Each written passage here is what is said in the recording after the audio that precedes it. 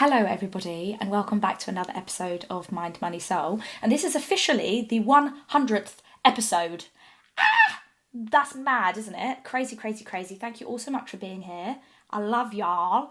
And today's going to be a little bit of a different episode. And I'm going to be talking about how you can actually create your dream life. Let me explain. So I very recently decided to go through some of my old journals.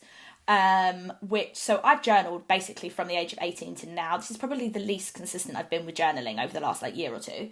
But from 18 to 28, I was journaling daily, baby. It was constant. And honestly, being able to read back over them is a wild experience because I remember how I felt. I remember what I was experiencing. And it was really emotional going back over them because I actually learned a lot from going back over them. So in this episode, I kind of just want to share a little bit about what I learned from that and remind you just how possible it is to have whatever you want, even if right now it doesn't feel achievable. And I honestly am a big believer that no matter where you come from, no matter what your childhood was like, what your life was like growing up, you can have anything you want. We were given dreams for a reason. If you have a dream and you can imagine it and you can visualize it, then you can have it. Everything gets created twice. It gets created first in our mind and then out into the world. And that version that you have in your head is important, it's powerful, and it is possible. Think about the first person ever that wanted to fly a plane. People literally thought, I think they were called the Wright brothers or something, the something brothers. People literally thought they were crazy. A big piece of metal flying around in the sky. It's giving lies. And then they were crazy until it was successful. Now there'd be planes everywhere. So that's just one example, right? Anything you want and any dream that you have, you can create it in your life, I promise you. Now, wherever you're at in your journey, whether you feel like you found your purpose or not, the key thing is that life in itself is a journey, and maybe part of your journey is about finding your purpose, and that your purpose is just to basically enjoy every day as it is right now. And it's so hard sometimes when we're so focused on what it is that we're trying to create and what we're trying to call in, that it can create a big gap between our current selves and our future selves. And that's okay. The key thing here is wherever you're at right now is not a key indicator of where you're going to be in 1, 5, 10 years time. Okay? So I just want to say that. So I've written down some of the things that I feel like I learned from going through my old journals. And I didn't really read it in any specific order. I honestly just picked up a random journal and opened a page and would read a section. I'm oh yes, I remember that section of my life. So the first thing is that a lot of the things that I love and that I want from life have not changed over the last 5 to 10 years. If I read back through those journals, the things that I am asking for, the things that I am wanting, the lifestyle that I want hasn't really shifted. It's expanded, it's grown, things have been added to it, but it hasn't shifted. I've always wanted to travel, do yoga, eat yummy food, meet new people, work for myself, help people, perform. I am doing all of those things. And when I think about my future, all of those things still stand. So whenever I'm feel disconnected from my goals or feel disconnected from what it is that I'm working towards, and then I sit down and I make a list and I think about the lifestyle I want, every single time it's the same. It's I do know what I want, but it's there's this procrastination thing that happens where it's oh, I can't move forward until I know what I'm going after. But actually my soul is baby girl, we know what we want. Doesn't mean that's going to be the same for everyone, but I just found it very interesting. The fact that I wanted these things and that they're still the things that I want to do. They are the things that I know that bring me joy. Now, obviously, there's a big difference between doing yoga at a little studio local to you, and then being able to pay for a private yoga teacher, and then being able to do my yoga teacher training and it be a side hustle, and then being able to run a yoga retreat, right? They all fall under the category of wanting to do yoga, but it's just on a grander scale. Okay, second thing that I learned is that journaling is so powerful. I'd written in my journal in some places, and I would write it over and over again. I would say, I am so grateful to run my own business and make money. When I tell you I was writing that, I did not feel it. It felt so far away, the thought of quitting my 9 to 5 and running my own business. But I remember I would just write it down. I'd do my journal entry, and then at the end of every bit, I would write that maybe a couple of times, once, 5 times. And I did it every single date. To think now that I run my own business and make my own money is wild. And like genuinely I did not feel that. So the power of writing things down and saying them out loud and like journaling on it is just indescribable. Okay, the third thing is that I was a delusional like 19, 20-year-old. I literally saved £15,000. I was on minimum wage. I think like my starting salary was 12k plus commission. But I was so determined and so delusional. And I'm ready to bring back the delusion. Like, let's bring back the delusion. As you get older, it's like you get more realistic and more and less delusional because you feel like you're more aware of the world, right? The key thing here is you're not saving yourself from hurt or pain or failures by being realistic. Yes, you want to take that into account, but being delusional is actually, like, there's science behind it. The belief that you feel you can do anything. Like, ironically, it actually hurts you more to not be delusional. That's my opinion. Okay, number 4 is, okay, you have, okay, how do I word this? Your brain doesn't know what makes you happy. Your brain only knows from the past what doesn't make it happy. So essentially you end up projecting your future and creating a future based off of your past. That's how you end up getting more of the same thing, because your brain is like, well, I know what doesn't make us happy, I know what we want to avoid, and I know what's made me happy in the past, so we'll just go for more of that. And it doesn't realise all the other things that are going to make you happy. And this is why it's so important to try things out, to try new things, to get out of your comfort zone, to like, because you just don't know what's going to make you happy if you've never experienced it before. And this is why you also need to like take risks and take action, and not just like, I'm not saying you're all just sat on the sofa with your finger up your bum, but like it's really important to try new things and take risks, and know that like if you want a different future, if the present you're living right now isn't a bit of you and you're a bit like, yeah, it's all right, like I'm kind of happy, like I'm just vibing, I just would, but there's other things I want, you know, but like, and it's that energy, you gotta lean into that. You have to lean into that, like what else can I create in my future, because it is so possible. And by looking at my journal, I felt that, because my past, my previousness, I was very grateful. I loved the job that I had. I loved my boss. Like, it was a great environment, but it wasn't for me. In my soul, I knew that it wasn't for me. I was making great money. I had loads, I had friends in the industry. Like, I was getting to do cool stuff, but I just knew in my soul, right? And I'd never run my own business before. I'd never made my own money before. And my brain was trying to convince me, like, that won't make you happy because it's this and this. I had to say, no, listen here, girl. And you have to take those risks. Life without risk is boring. So take risks, take actions, and just go in the direction of your dreams, like genuinely. Okay. Talking of my job and how I kind of struggled, at 25, I had a quarter life crisis. Like I said, I was working in a job that treated me so well. I was so grateful to be there, especially when I had such an amazing boss and colleagues, but it wasn't my calling. And I knew that, and I'd moved to London, and I was sort of acting, sort of not. I just wasn't really sure what was going on. I felt like everybody around me was in a career that they loved. I felt like all of my friends were climbing the ladder in the career that they loved, and I was just like, ah!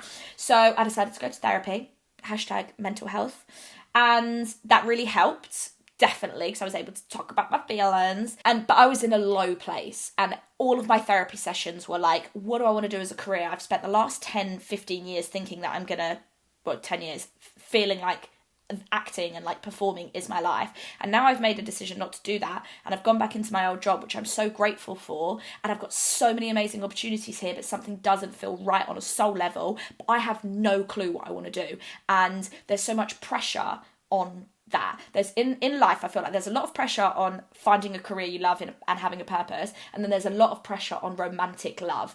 I had neither. I didn't know what I wanted to do as a job, and I was single little Pringle. So Laura Anmore was having a little breakdown. 2 years later, when I was 27, and I decided to set up a blog and an Instagram, and I stumbled into this because I just found myself talking about money, because I was like, oh, what happened was I set up a blog and I talked about yoga and food and travel and money and beauty and all of these things. But every single time I sat down to write a blog in my free time, have a guess what I was writing about? Money. So I just did this thing where I was like, you know what? I'm going to lean into it. There was just this little calling and I was like, I'm going to lean into it. So I leaned into it. I didn't even think it could be a job, let me tell you. I honestly was just like, oh, I'm just doing this for fun. I'm just doing this to be creative. I'm just doing this as an outlet. We'll just see. I didn't even know how bloggers or influencers made money. And the world of influencing was so not as much of a thing back then as it was now. So it was all new to me. It was all new. And it was a weird time. But if I was like, how have I gone within the space of 2 years being the lowest of the low and then potentially to finding something that is actually like my purpose, my dream. And now anytime I think about something not being possible, I honestly just think about my own journey. I'm like, I went from the lowest place to the most amazing place. Like I went from 25, quarter life crisis, not knowing what I wanted to do, feeling like I had no prospects, opportunities in anything, minus the job that I was in that I didn't want to do. 2 years later, stumbling into something I didn't even think could be a career, to a following 2 years later, quitting my full-time job, running my own business, making my own money and sustaining my own life in London and doing things that really brought me joy. Like, that is wild. I can't really get my head around it. It's crazy. So I just think about my own journey. Now, I had to embody the version of myself that had those things. So as I started to be like, oh, maybe this could be a possibility, maybe this, I was giving my career my all. I was leaning into doing things. I did things for free. I did things for exposure. Like, that's all fine. But it's really important to acknowledge like the steps that I had to go to. It didn't just come to me like that, but I just thought, right, let's lean into this. What else am I going to do? And I just gave myself that opportunity. Now, another thing that was also going on at that time is I used to have a very disordered relationship with food and my body. And I honestly thought that would never change. I was like, this is just me now. Like, this is, and it wasn't even like me saying this was me. I just didn't like my body. I wasn't confident in my body. I didn't feel sexy. All of the things. Now, my relationship with my body and with food is like, it couldn't be further from what it used to be when I was younger. And again, that is wild to me. Like, what a big quantum leap to go from it being in the worst place to being in the best place it's ever been. So like, there was a massive massive shift there. And to add on top of that, I used to have a really bad relationship with like sex and dating and all of that kind of stuff. I was not confident at all when it came to romantic connections. Now, I mean, look, I still got work to do, don't we all? But like, I am so confident. I am a flirty little bean. And I love it. And I honestly would have thought if you'd have asked me like even just 3 years ago that would be me and I'd be in this place, I'd be like, not a fucking chance. So it just proves how quickly things can change, how if you really want something, you can change your life. And it doesn't just have to be career related or money related. It can be related to literally anything. And it's that thing of like, you work hard, you use your willpower, you use your discipline, you try different things, you try to embody this new version of yourself, and one day it just is. And this is why being present is so important. And the key thing is we always seem to overestimate what we can do in a year and underestimate what we can do in like 5-10 years. And when we remember that, it's like the time is going to pass anyway. So why not try and create the life that we want and go after our dreams and embody that version of ourselves that has those things and that has that lifestyle? Because along the way, hopefully you're going to not only enjoy the journey, but create a life for yourself that you maybe could never have even imagined that is bigger and better than what you actually ever thought that you could have. Like, I'm 30 now. My life was so different a couple of years ago. Like, I can't even explain to you. It is wild. And I know that you can all have the same. I hope that if you're listening to this, you feel like empowered and excited by it, because if you can't tell, I am. Now, the question here is am I living my dream life right now? Like, right now, am I living this dream life? I would say that this is a part of my life that I get to live that works up to my dream life. Right now, yeah, I am living 25-year-old Laura's dream. Maybe not necessarily this exact version, but like working for myself, making my own money, deciding my own schedule, doing yoga every day, living with friends that I love, like all of those things. Like 25-year-old Laura that like was just about to leave London, that is her dream. London, leave Stevenage, that was her dream. I'm living it now. And in 5 years, I'll probably be living 30-year-old Laura's dream life. And that is why it's so important to be present and to enjoy the journey as it goes along and acknowledge it as it's happening and take all of the highs and all of the lows. Because I wrote in my journal, I cannot wait till the day that I am just my own boss. I will never complain. I'll be so happy. Do you think I complain now? Fuck yeah, because it's hard and it's challenging. But 25-year-old me was like, you would never do that. And there'll be things that I'm saying that I want in the future that when I get them will already be slightly normalised. So it's really about being present and acknowledging where you're at. That is key. And recently, over the last few months, this year's been tough, I ain't gonna lie. I have been feeling some funky feels. I feel like I've just been letting them move through me. I feel like for the first time in a while, I've gone through a massive shift and a massive transformation as a person, as a business owner, all of the things, like probably the biggest shift. But I'm allowing it to move through me in a way that doesn't scare me. I'm allowing it to move through me in a way that I trust the process. And some of the other things that I wanted to share with you was, first of all, when things are rough and rocky, you don't have to make it mean something about you. If you are having a bad day or a bad period, something's going wrong, something's failing, and it's giving you a bad feeling, it does not mean you have a bad life. And that feeling doesn't have to mean something about you. So I'm a really positive person. And when I get sad, or when I used to get sad, I'd be like, I've lost my funny, I've lost my happiness, I'm not positive anymore, oh my God, I've lost my sparkle. And I even felt that a couple of months ago. I was like, oh my God, don't have to make it mean something about you. You don't. You have feelings pass through us. Humans have emotions and the pendulum's got to swing both ways. So even when you're really happy and your vibe's in, you're also going to feel sadness. You're also going to feel anger. You're also going to feel, I was about to say hunger. Hunger does make me angry. So that you don't have to make your feelings mean something about you. You can use your feelings as indicators of something that is going on and that maybe you need to address, but it doesn't need to mean something about you. I also realised that as a business owner, oh my God, I can't even tell you how challenging and amazing it is. When I feel like I'm struggling, or when I feel like it's not going my way, or when I feel like things are failing, or when I feel whatever, I remind myself, I plan to do this for 10, 15, 20 years time. We're going to look back on these videos. Hi 40-year-old Laura.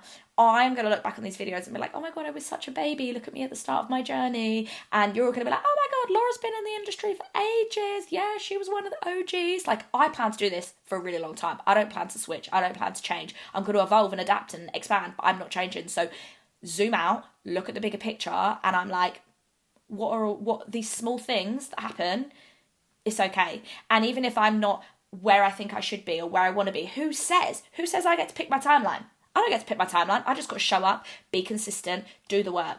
50% of success is showing up and just being there. And the other part is consistency, right? I'm going to do those things. I'm going to at least do my best to do those things. And you can too, whatever that looks like for you. And then also, even if it looks like the people around you are doing more than you, doesn't mean they are. We see the tip of the iceberg. We don't see what other people are doing. Someone else's successes and wins are not your losses and your failures. It has nothing to do with you. The world is abundant. I am a big believer of that. You can go out into the world and you can get what you want regardless of what other people are doing. That is such an important one to learn, because we hone in and we focus so much on what everybody else is doing around us and we make it mean something about us when it doesn't need to. Slay in your own lane, baby. Just pick what you want to do, go for it, and don't let other people's whatever there's going on in their life make you think anything about yourself. And if anything, let's celebrate the people around us, celebrate the people in our industry, celebrate all the same, people's successes and wins, because if it's possible for them and they're doing it, guess what? That means it's definitely possible for you. They can be expanders. They can show you what is possible in this world. And the more you lean into that energy, the more you are showing the universe that you trust everything is possible for you and that abundance is real. So, to round this episode up, focus on what you can control. Make sure that you are working on yourself and you're not comparing yourself to others. And know that if you have a dream, you can go after it. It might be a dream that takes 2 years. It might be a dream that takes 50 years. Who knows? Are you in it for the long haul? What are you willing to commit to and what are you willing to compromise and sacrifice? Really understand what type of lifestyle you want to live and know that anything is possible. We live in a world where we can literally go on a phone, connect to the internet, be selling stuff, connecting with people, putting your word and your creativity out there. It's one of the most amazing times in that respect. Obviously, there's other issues going on, but in regards to that, do not downplay how amazing that is. If you have a dream, Go after it. I'm rooting for you. The universe is rooting for you. And do you know what I would love? If you are still here and you're still listening to this, please send me an email or a DM and let me know what your dream lifestyle is and what your goal is, and let's chat about it, because I love nothing more than chatting to people about their goals and their dreams. So please do reach out. Thank you so much for being here. Happy 100th episode to us, and I look forward to seeing you next week.